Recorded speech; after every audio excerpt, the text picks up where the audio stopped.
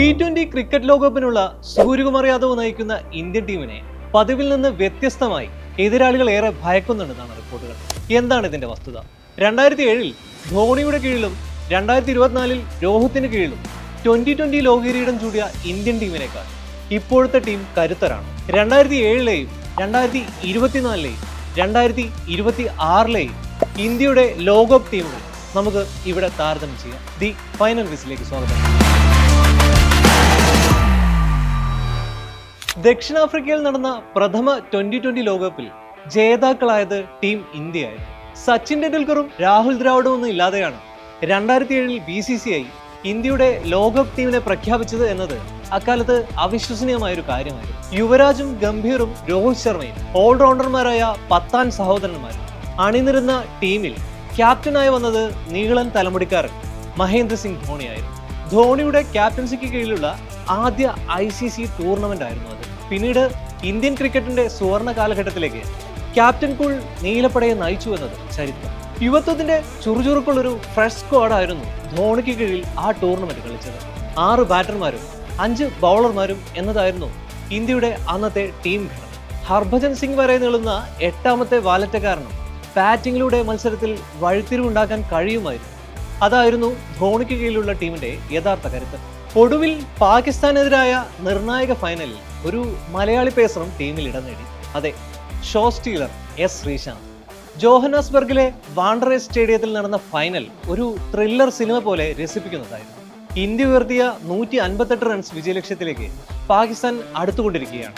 എന്നാൽ പാക് നിരയിലെ 9 വിക്കറ്റുകളും ഇന്ത്യൻ ബൗളർമാർ പിഴുതെടുത്ത് കഴിഞ്ഞിട്ടുണ്ട്. 4 ഓവറിൽ 16 റൺസ് മാത്രം വഴങ്ങി 3 വിക്കറ്റ് എടുത്ത ഇർഫാൻ പത്താനും അത്രയും ഓവറിൽ 26 റൺസ് വിട്ടുകൊടുത്ത് 3 വിക്കറ്റ് എടുത്ത RP സിംഗുമെല്ലാം മികച്ച പ്രകടനമാണ് ടീം ഇന്ത്യക്കായി പുറത്തെടുത്തത്. കലാശപ്പോരിന്റെ അവസാന ഓവറിൽ ജയിക്കാൻ 13 റൺസ് വേണമെന്നിരിക്കെ പരിചയസമ്പന്നനായ ഹർഭജൻ സിംഗിനെ പന്തേൽപ്പിക്കുമെന്നാണ് എല്ലാവരും കരുതിയിരുന്നത്. എന്നാൽ MS ധോണി എന്ന ബുദ്ധിരാക്ഷസൻ പന്തേൽപ്പിച്ചത് ഓൾറൗണ്ടറായ ജോഗീന്ദർ ശർമ്മയെ. പാകിസ്ഥാനായി ബാറ്റ് വീശുന്നത് അവരുടെ വിശ്വസ്തനായ മധ്യനിര ബാറ്റർ മിസ്ബാ ഉൾ ഹഖ്. വലങ്കയ്യൻ മീഡിയം പേസറായ ജോഗീന്ദർ ശർമ്മ എറിഞ്ഞ 20ാം ഓവറിലെ 2ാം പന്തിൽ ഒരു 6 അടിച്ച് മിസ്ബ പാകിസ്ഥാന്റെ വിജയലക്ഷ്യം 4 പന്തിൽ 6 റൺസാക്കി ചുരുക്കി. അവസാന ഓവറിനായി ഹരിയാനക്കാരൻ പയ്യനെ പന്തേൽപ്പിച്ച ധോണിയുടെ തീരുമാനം പിഴച്ചെന്ന് കരുതി പലരും TV ഓഫാക്കാൻ ഒരുങ്ങിയതാണ്. എന്നാൽ ജോഗീന്ദർ ശർമ്മ എറിഞ്ഞ 3ാമത്തെ പന്ത് സ്കൂപ്പ് ചെയ്യാനുള്ള മിസ്ബ ഉൾ ഹഖിന്റെ ശ്രമം ഷോർട്ട് ഫൈൻ ലെഗിൽ ശ്രീശാന്തിന്റെ കൈകളിൽ ഒതുങ്ങിയതോടെ ഇന്ത്യൻ തെരുവുകൾക്ക് അത് ആഘോഷരാവായി മാറി. അന്ന് ബാറ്റിംഗിൽ ഗൗതം ഗംഭീർ നേടിയ 54 പന്തിൽ 75 റൺസും രോഹിത് ശർമ്മ നേടിയ 16 പന്തിൽ 30 റൺസുമെല്ലാം ഏറെ നിർണായകമായിരുന്നു.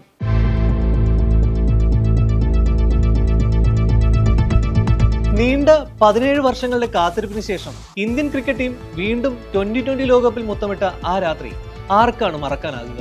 കരീബിയൻ മണ്ണിൽ രോഹിത് ശർമ്മയും വിരാട് കോഹ്ലിയും ഹാർദിക് പാണ്ഡ്യയും രവീന്ദ്ര ജഡേജയും കോച്ച് രാഹുൽ ദ്രാവിഡുമെല്ലാം ആനന്ദ കണ്ണീർ പൊഴിച്ച ആ ദിവസം ഇന്ത്യൻ ക്രിക്കറ്റിനെ സംബന്ധിച്ച് ഒരു ചരിത്ര നിമിഷമായിരുന്നു. ബാർബഡോസിലെ കെൻസിംഗ്ടൺ ഓവലിൽ നടന്ന ഫൈനലിലെ ഇന്ത്യൻ സ്ക്വാഡ് ഒരു മാരക കോമ്പിനേഷൻ ആയിരുന്നു. ടീമിന്റെ ബാറ്റിംഗ് കരുത്ത് പരീക്ഷിക്കുമ്പോൾ 8 പേരും നന്നായി ബാറ്റ് ചെയ്യാൻ അറിയുന്നു. രോഹിത് ശർമ്മയും കോഹ്ലിയും ചേർന്ന് ഓപ്പൺ ചെയ്യുന്ന സ്ക്വാഡിൽ 8ാമനായ അക്സർ പട്ടേൽ വരെ നീളുന്ന ആഴമുള്ള ബാറ്റിംഗ് യൂണിറ്റ് 2020 ക്രിക്കറ്റിന്റെ അനിവാര്യതയായിരുന്നു. ദക്ഷിണാഫ്രിക്കയെ പോലൊരു ടീമിനെ നേരിടുമ്പോൾ ശിവം ദുബെ, ഹാർദിക് പാണ്ഡ്യ, രവീന്ദ്ര ജഡേജ, അക്സർ പട്ടേൽ എന്നീ ഓൾറൗണ്ടർമാരുടെ സാന്നിധ്യം ഏറെ നിർണായകമായിരുന്നു. 2007-ൽ ടീമിൽ 2 സ്പെഷ്യലിസ്റ്റ് ഓൾറൗണ്ടർമാർ ഉണ്ടായിരുന്നുവെങ്കിൽ 2024-ൽ അത് 4ആയി ഉയർന്നു എന്നത് തന്നെയാണ് പ്രധാന മാറ്റം. ജസ്പ്രീത് ബുംറ നയിച്ച ബൗളിംഗ് യൂണിറ്റും ടൂർണമെന്റിലെ തന്നെ ഏറ്റവും മികച്ചതായിരുന്നു. ടീമിലെ 7 പേരും സ്പെഷ്യലിസ്റ്റ് ബൗളർമാർ ആണെന്നത് ഇന്ത്യയെ അന്ന് തീർത്തും അപകടകാരികളാക്കി മാറ്റിയിരുന്നു.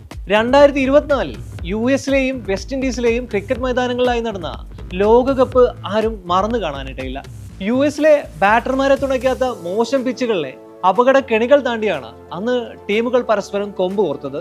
നോക്കൌട്ട് ഘട്ടത്തിൽ മാത്രമായിരുന്നു മത്സരം വെസ്റ്റ് ഇൻഡീസിലേക്ക് മാറിയത്. അതോടെ മത്സരങ്ങൾക്ക് വീറും വാശിയും കൂടുകയും ചെയ്തു. എന്നാൽ ഒരൊറ്റ മത്സരം പോലും തോൽക്കാതെ അനായാസമായിരുന്നു രോഹിത്തിന്റെയും ടീമിന്റെയും കിരീട നേട്ടം.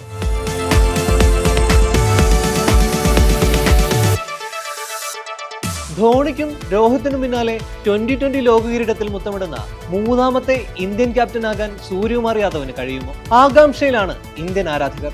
മിസ്റ്റർ 360 എന്നറിയപ്പെടുന്ന സ്കൈ കിങ് കൂട്ടർക്കും അതിനുള്ള കൈക്കരുത്തും മനക്കരുത്തും ഉണ്ടെന്ന് തന്നെയാണ് പൊതുവെ ക്രിക്കറ്റ് വിദഗ്ധരുടെ എല്ലാം വിലയിരുത്തൽ.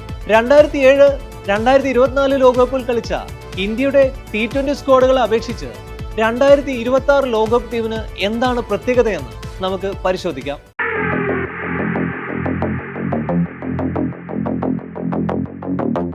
8 ബാറ്റർമാരും 3 സ്പെഷ്യലിസ്റ്റ് ബൗളർമാരും എന്ന രാഹുൽ ദ്രാവിഡും രോഹിത് ശർമ്മയും പരീക്ഷിച്ച് വിജയിച്ച 2024 വിജയ ഫോർമുല തന്നെയാണ് ഇന്ത്യൻ ടീം ഇത്തവണയും പരീക്ഷിക്കുന്നത്. 2020 ക്രിക്കറ്റിലെ 1-ാം നമ്പർ ബാറ്ററായ അഭിഷേക് ശർമ്മയ്ക്ക് ഒത്ത പോരാളിയാണ് ഇഷാൻ കിഷനിലൂടെ ലഭിച്ചിരിക്കുന്നത്. 200-ന് മുകളിൽ സ്ട്രൈക്ക് റേറ്റിൽ ആക്രമിച്ച് കളിക്കുന്ന ഇഷാൻ കിഷന് പവർ പ്ലേയിൽ പരമാവധി റൺസ് അടിച്ചു കൂട്ടാൻ സാധിക്കും.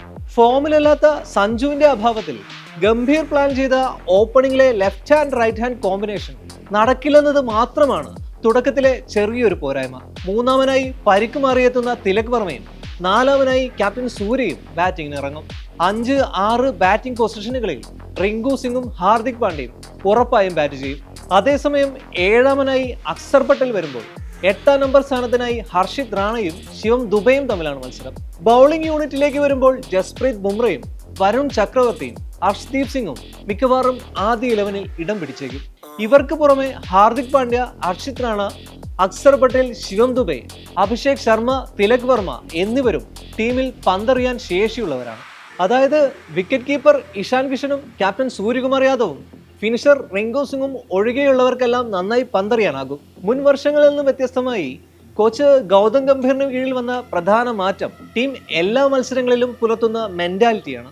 ലോകകപ്പിന് മുമ്പ് ക്യാപ്റ്റൻ സൂര്യകുമാർ യാദവ് തന്നെ ഇക്കാര്യം വെളിപ്പെടുത്തിയിരുന്നു. പണ്ടൊക്കെ ഇന്ത്യൻ ടീം ദ്വിരാഷ്ട്ര പരമ്പരകൾ, ത്രിരാഷ്ട്ര പരമ്പരകൾ, ICC പരമ്പരകൾ എന്നിവയൊക്കെ വ്യത്യസ്തമായ രീതിയിലാണ് സമീപിച്ചിരുന്നത്. എന്നാൽ പുതിയ ഇന്ത്യൻ ടീം എല്ലാ മത്സരങ്ങളെയും ICC ടൂർണമെന്റുകൾക്ക് നൽകുന്ന അതേ പ്രാധാന്യത്തോടെയാണ് സമീപിക്കുന്നതെന്നും ഇന്ത്യൻ ക്യാപ്റ്റൻ വ്യക്തമാക്കി. അതുകൊണ്ട് തന്നെ ഇന്ത്യൻ ടീം ലോകകപ്പിനായി പ്രത്യേകം ഒരുങ്ങേണ്ടതില്ലെന്നും സർവ്വസജ്ജമാണെന്നുമാണ് ക്യാപ്റ്റൻ പറഞ്ഞു വെക്കുന്നത്. അതുകൊണ്ട് തന്നെ ഈ ടീമിന് മാനസികമായി സമ്മർദ്ദം കുറവാകുമെന്നതാണ് പ്രധാനം. 2024-ൽ ഇന്ത്യൻ ടീം 2020 ലോകകപ്പ് നേടിയതിനു ശേഷം ടീം ഇന്ത്യ 8 T20 പരമ്പരകളിൽ തോൽവിയറിയാതെ കുതിക്കുകയാണ്.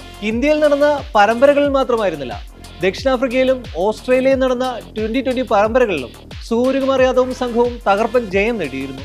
കോച്ച് ഗംഭീറിന് കീഴിൽ ഇന്ത്യൻ യുവനിരയ്ക്ക് ഒരു ടീമായി കളിക്കാൻ കഴിയുന്നുണ്ടെന്നതാണ് വിജയക്കുതിപ്പിൽ ഏറെ നിർണായകമാകുന്നത്.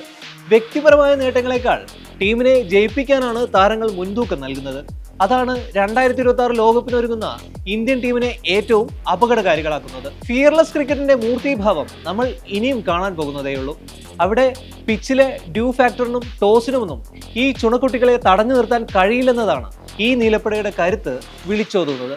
അടുത്ത വാരം ദി ഫൈനൽ വിസിലിൽ മറ്റൊരു ലോകകപ്പ് വിശേഷങ്ങളുമായി കാണാം. അതുവരെ നമസ്കാരം.